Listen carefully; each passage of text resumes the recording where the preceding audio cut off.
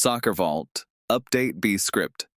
Topic, Netherlands 3-1, Tunisia, World Cup 2026, Group F. Date, June 26, 2026. Format, single match breakdown. 3 minutes into the game, just 3 minutes, and Tunisia's own captain hammers the ball into his own net. 7 minutes in, Brian Brobbey rises, plants a bullet header, and it is already 2-0. By the time a furious second-half storm rolled over Arrowhead Stadium in Kansas City, the Netherlands were already in complete control. Tunisia tried to fight back, gave everything they had, and actually did pull one back. But when you've now conceded 12 goals across 3 group stage games and left this tournament without a single point, there is only one story here. The Netherlands are unstoppable. Welcome to SoccerVault. I'm breaking down one of the most commanding performances of the entire 2026 World Cup group stage. The numbers are even more remarkable than the scoreline. Let's go. Group F, context and backstory. The Netherlands entered this final Group F match level on 4 points with Japan, but ahead on goal difference. Ronald Koeman's side needed just 1 point to confirm top spot, but from the very first second of this game, it was clear they weren't here for a point. They were here to send a message. Tunisia, on the other hand, arrived in Kansas City already eliminated, 0 points from 2 games, and 9 goals conceded before this match even kicked off.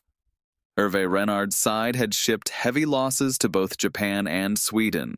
Those weren't just defeats, they were statements about the gap in quality. But here's what makes Tunisia's story genuinely tragic. This is a team that came to the 2026 World Cup with real belief. Renard is not just any coach. This is the man who orchestrated Morocco's stunning run to the semi-finals in 2022. He brought defensive organization, discipline, tactical intelligence, and individually, Tunisia had quality. Hannibal Mejbri's creativity in midfield, Elias Skiri's experience and leadership as captain, and a squad full of players desperate to prove themselves on football's biggest stage. But their group, Netherlands, Japan, Sweden, turned out to be genuinely one of the toughest in the tournament. Tunisia drew the harshest possible hand. Tonight was their last chance to leave with something, anything, a goal, a moment of pride. They got the goal, but the Netherlands got everything else. First half. The lightning start, Arrowhead Stadium, Kansas City. 70,000 fans, storm clouds gathering on the horizon, and the Netherlands come out swinging from the first whistle. 3rd minute.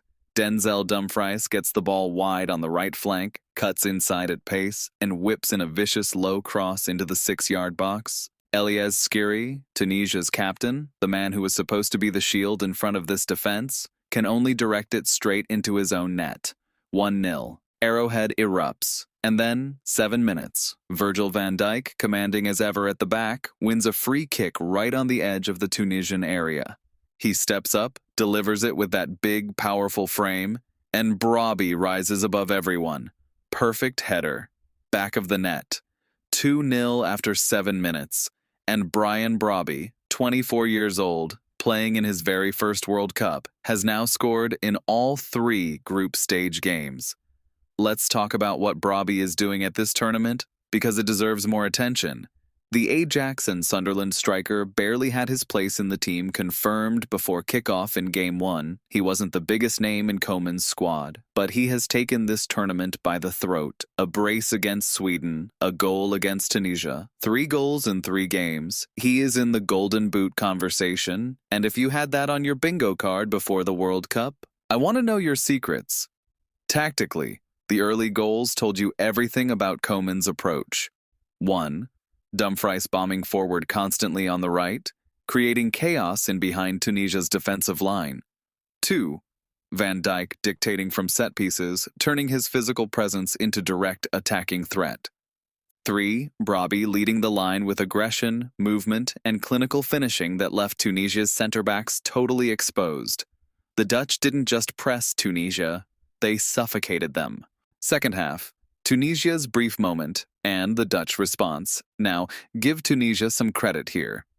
At 2-0 down after 7 minutes, a lesser side would have folded completely and played out the remaining 80 minutes in survival mode. Renard's team didn't do that. They competed, they reorganized at halftime, and in the 54th minute, they earned a genuine moment to remember. A corner kick swings into the box. 22-year-old Hazem Mastouri, making his World Cup debut, gets his head to it with absolute precision. Clean connection, unstoppable header, straight into the bottom corner. The Tunisian bench goes wild. Mastouri runs to the touchline, arms out, emotion pouring out of him. 2-1. For about 8 minutes, this game had a pulse again. But here is what separates a good team from a great team. The Netherlands hadn't panicked once during Tunisia's fightback. Not once. They didn't drop deep. They didn't start lumping it long. Same structure, same high press, same width, same collective belief. And in the 62nd minute, Jan Paul van Hecke, a central defender, arrived at the back post, met the cross perfectly, and his header found the net. 3-1, game over. That goal, from a center-back, off a corner, with the score at 2-1 and momentum building for Tunisia, that is not lucky. That is a team with such complete tactical discipline that even the defenders are arriving in dangerous areas at exactly the right moment. Ronald Koeman has this group of players working as one extraordinary unit. What the numbers actually mean. Let me hit you with the final Group F numbers because they are genuinely incredible. Netherlands, 10 goals scored in 3 games. 10. That is the highest goal tally of any team in the group stage so far. To put it in perspective, in 2022, the best group stage scoring record was 8 goals. The Dutch have blown that out of the water. Brobbey, 3 goals. Van Hecke, 1 goal. That's 4 different defenders who have contributed to the attacking output this tournament. Koeman has built a team where the goals don't just come from one source, they come from everywhere. And Tunisia, 12 goals conceded across 3 matches, 0 points, 0 wins. The elimination is harsh, but it is deserved. When you're conceding 4 per game on average, the tactical problems run far deeper than one bad night. Controversy and hot take right. Hot take time. And I want to see the comments go off on this one. Everyone is using Tunisia's performance to attack the expanded 48-team World Cup format. Tunisia don't belong here. The group stage is watered down. This just proves that adding more teams kills the quality. I disagree. Completely. And here's why. Tunisia came here with Hervé Renard. They were organized. They had a real tactical identity. Hazem Mastouri's goal today, on his debut, under enormous pressure, with his team already chasing the game, showed genuine individual quality. This is not a team of minnows. They have real players. The problem was never Tunisia's quality. The problem was their group. Japan, Sweden, Netherlands. 3 technically excellent, tournament-hardened football nations. In any other group, Tunisia advance. In Group B, Group C, Group K, they get results. But Group F was a mountain, and no amount of Renard's tactical genius was going to climb it. That's not a reason to call the format a failure. That's just the brutal randomness of the group stage draw. Don't blame Tunisia for being unlucky, and don't use their exit to dismiss what the 48-team World Cup has actually delivered, because this tournament has been spectacular. What happens next? So, the Netherlands advance as Group F winners, and their round of 32 opponent? Morocco. Morocco. The side that reached the 2022 World Cup semi-finals, the team who just came from behind twice to beat Haiti 4-2 in their final group game. Achraf Hakimi, Sofiane Boufal. Organized, dangerous, and hungry. This is absolutely not a match the Netherlands can treat as a stepping stone. Koeman has a real tactical puzzle to solve. Morocco's defensive structure, combined with their devastating pace on the counter-attack through Hakimi and the wide players, could punish the Netherlands' aggressive fullback play. Dumfries bombed forward all night against Tunisia. Against Morocco, that space in behind could be lethal. Japan, meanwhile, advance as Group F runners-up. Sweden, who drew 1-1 with Japan simultaneously, We'll need to wait on the best third-place standings to find out if they advance. It is tight, but their goal difference may be enough. Knockout football is almost here.